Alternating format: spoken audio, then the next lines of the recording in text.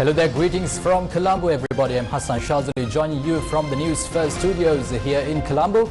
It's 30 minutes past 12 here on News First, and this is lunchtime news coming to you live from Colombo. We've got a wide array of stories lined up for you, starting from the gas explosions that are rocking the country and right down to the health front, where the government has begun conducting free antigen tests. All these stories and more on our lunchtime news bulletin in the next 15 minutes. But first, let's take a look at your headlines this afternoon. Gas explosions occur in Gampola and Rajanganaya. Human Rights Commission to investigate gas explosions. SJB members visit Litrogas storage terminal in Kerawalapitia. Sri Lanka's foreign currency reserves continue to decline. Free antigen tests for the people starting today.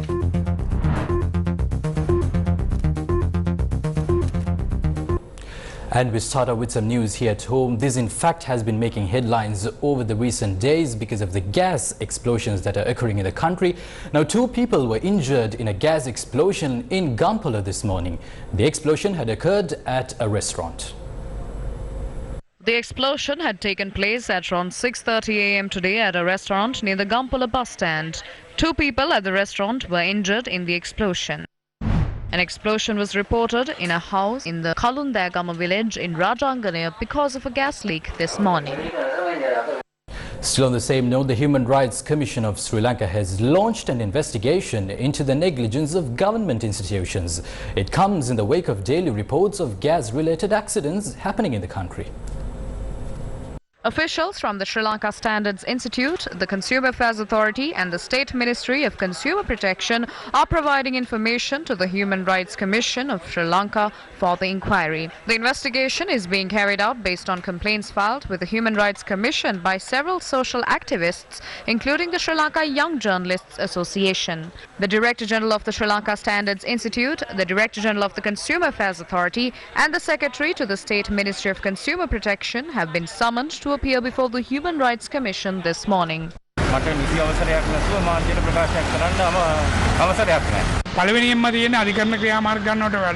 first thing to do before taking legal action is to inform the President of what has happened through the ministers in charge.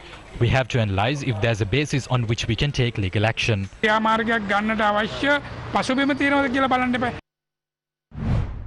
Meanwhile, a group of SJB MPs visited the Litrogas storage terminal in Kerawalapitia this morning.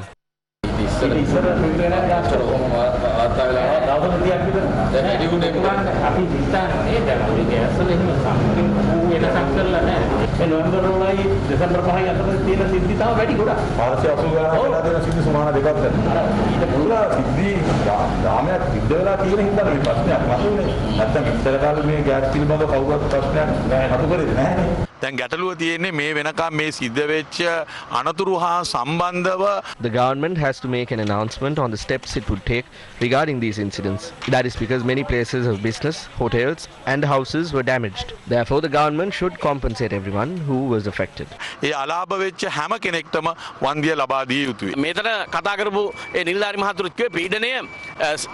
officers here told us that the pressure was at its highest levels when they conducted tests. This unfortunate incident had occurred because of this.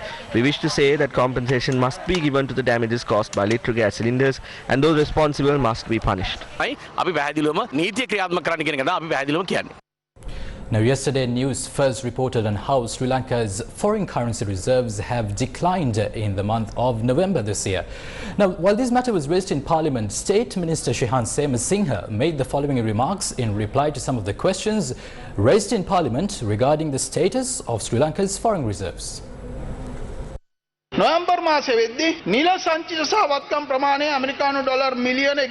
have net foreign assets worth $1.5 billion as of November 2021. We have taken the necessary steps to increase our new foreign assets. We have entered into an agreement with the Central Bank of Qatar to obtain a currency swap of over $1 billion. We are also obtaining a currency swap of $400 million with the partnership of the Indian Reserve Bank under the SAARC financial aid facility. We have also made the necessary arrangements to obtain a loan of $300 million through the consolidated loan facility. We have made the necessary arrangements to obtain $500 million through currency swap with the partnership of various global commercial banks. We have also made arrangements to protect the remittances of expatriate workers worth $500 million. After Finance Minister Basadar Dipaksa's visit to India, we have reached an agreement on fuel purchases. We will also reach an agreement to buy essential goods and medicines. By the end of this year, we expect that we can receive export revenue between $12.5 billion and $13 billion. The other major form of foreign revenue is workers' remittances. We will be able to receive between $6.5 to $7 billion in remittances this year. The tourism industry used to generate about $4 billion in revenue. But because of COVID-19, this drops to $100 million. We imposed import restrictions on many items. That is to balance the trade deficit.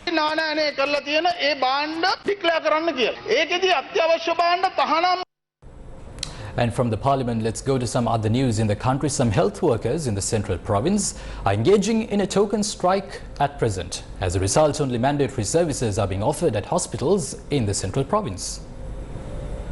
The Federation of Health Professionals launched a token strike this morning, citing several demands. They are demanding to implement the Ranugge Committee report and to resolve salary anomalies of graduates in the healthcare sector. Daily services of hospitals in the central province were disrupted because of the strike today.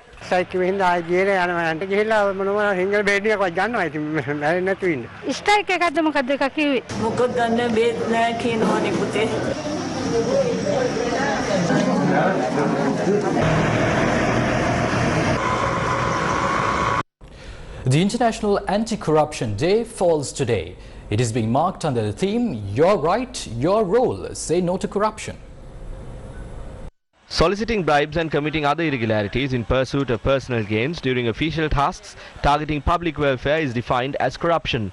According to the United Nations, corruption has become a global phenomenon that no country is immune to. These fraudulent dealings taking place between officials or governments ultimately affect the development of a country. A rise in corruption leads to a country being sidelined and raises multiple issues even in terms of attracting investments. Sri Lanka is one of the many countries facing corruption. In 2004, Sri Lanka signed the UN Convention Against Corruption, agreeing to combat such incidents. On a day like this, Sri Lanka's steps to combat corruption must come under scrutiny. According to the United Nations, more than $1 trillion are exchanged as bribes every year. Countries lose nearly $2.6 trillion a year because of corruption. This results in 5% of the country's gross domestic product ending up in the hands of a few people. Countries in which corruption is rampant are losing foreign funding received for development. These funds end up in the pockets of a few people. The World Bank says corruption does not only include bribery. Nepotism, misappropriation and embezzlement of public assets and allocating state funds for other purposes are also other forms of corruption that continue to plague the world. Let's go to some news coming in from the courts. The writ application filed by United National Party leader Ranil Wickremesinghe challenging the final recommendations of the Presidential Commission that probed political victimization will be called up on the 28th of January. Ranil Wickremesinghe filed a petition with the Court of Appeal seeking to make void the recommendations made against him by the Presidential Commission.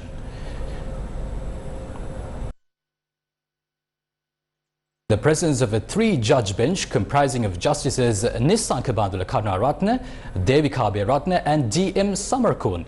In the application, the UNP leader requested an order to prevent the implementation of the said recommendations of the Presidential Commission until the application is taken up for examination and a final decision is delivered by the court. The petition alleges that the manner in which the Commission had conducted its investigations had violated the law. Ranil Wickremesinghe had told the court that it was via the media that he was made aware of the fact that he is held accountable with regards to the complaints investigated by the Anti-Corruption Unit as per the recommendations of the Commission. Therefore, he told the court that he is not being awarded reasonable time to present facts to the Commission, and that was in fact an act that violates the rule of the country as well as the natural course of justice. Let's go to some news on the COVID-19 front. The Health Ministry began conducting free antigen tests from today. Free antigen tests are only being conducted at the Campbell Park in Colombo.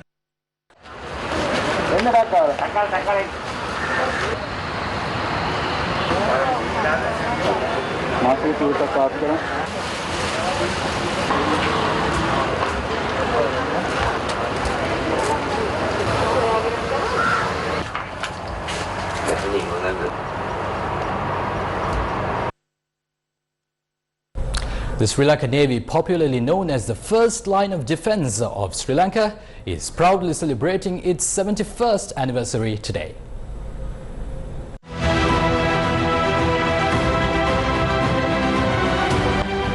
The Navy Act No. 34 of 1950 marked the beginning of the regular naval force of Sri Lanka with the establishment of the Royal Ceylon Navy on the 9th of December 1950. The Royal Ceylon Navy, which has grown steadily since then, became the Sri Lanka Navy on the 22nd of May 1972 when the country became a republic. The several years the Navy has rendered great services to combat maritime crimes such as piracy and drug trafficking, to protect the Sea of Sri Lanka, even during the country's war.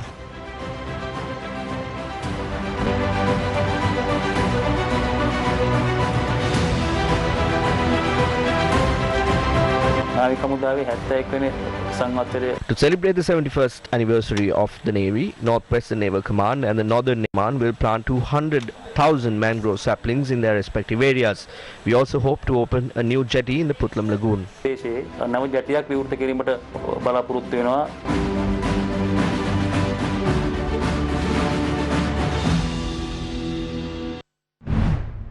1,768 Navy officers have been promoted to coincide with the 71st anniversary of the Sri Lanka Navy. 84 officers and 1,684 sailors are among those promoted based on the recommendations of Navy Commander Vice Admiral Nishantha Ulugetanna. The Navy will arrange a public display of its most important ships off the Gulf Face Green today and tomorrow in line with the 71st anniversary.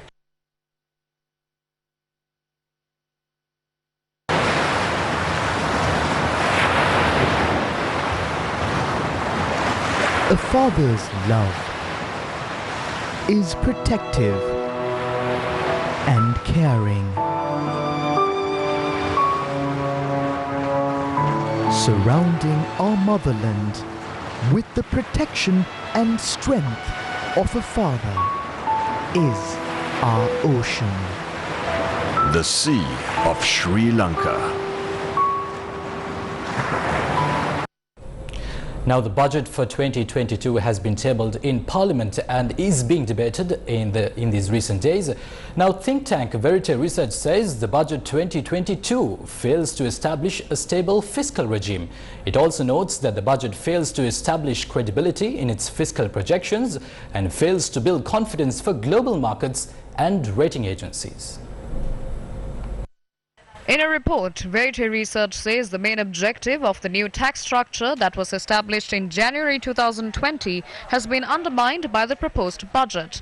The objective of the new tax structure was to establish a stable and predictable regime of lower taxes for at least 5 years. Verite Research also says the budget also fuels macroeconomic instability by setting a path of high deficits.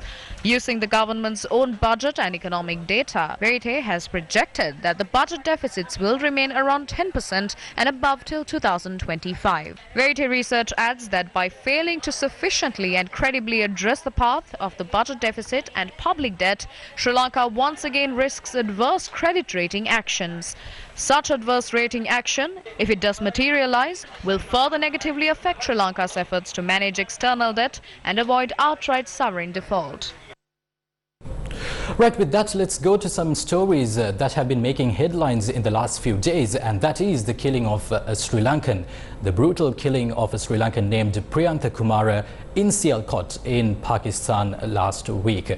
Now, in the wake of several concerns that have been raised both locally and internationally, Labour Minister Nimal Suripala de Silva says the government will provide a compensation of 2.5 million rupees to the family of Priyantakumara. He was killed in Pakistan by a mob last week. Priyantakumara was killed as an expatriate worker.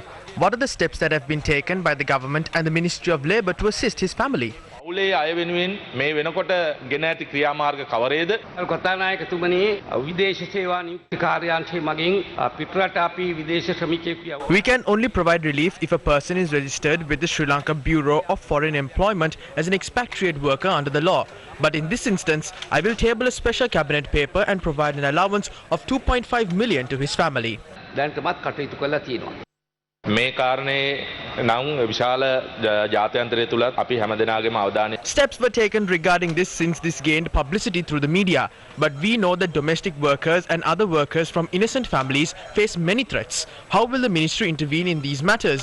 By when will the process of providing pensions for these workers be finalized? හදන විශ්‍රාම වැටුපේ කටයුතු අවසන් කරන්න. අයිතනේ කටයුතු මාස 3ක් ඇතුළත අවසන් කරන්න පුළුවන් ගරු කතානායකතුමනි විශේෂයෙන්ම We can finish that in 3 months. To ensure the security of expatriate female workers, we have launched a massive struggle with these agencies. They are very powerful.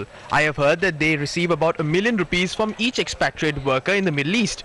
The workers receive only a small amount. We will take steps to introduce the new laws and regulations on this. මේ පිළිබඳවත් අපි අවශ්‍ය නීති රීති ගෙනීමට කටයුතු කරමු.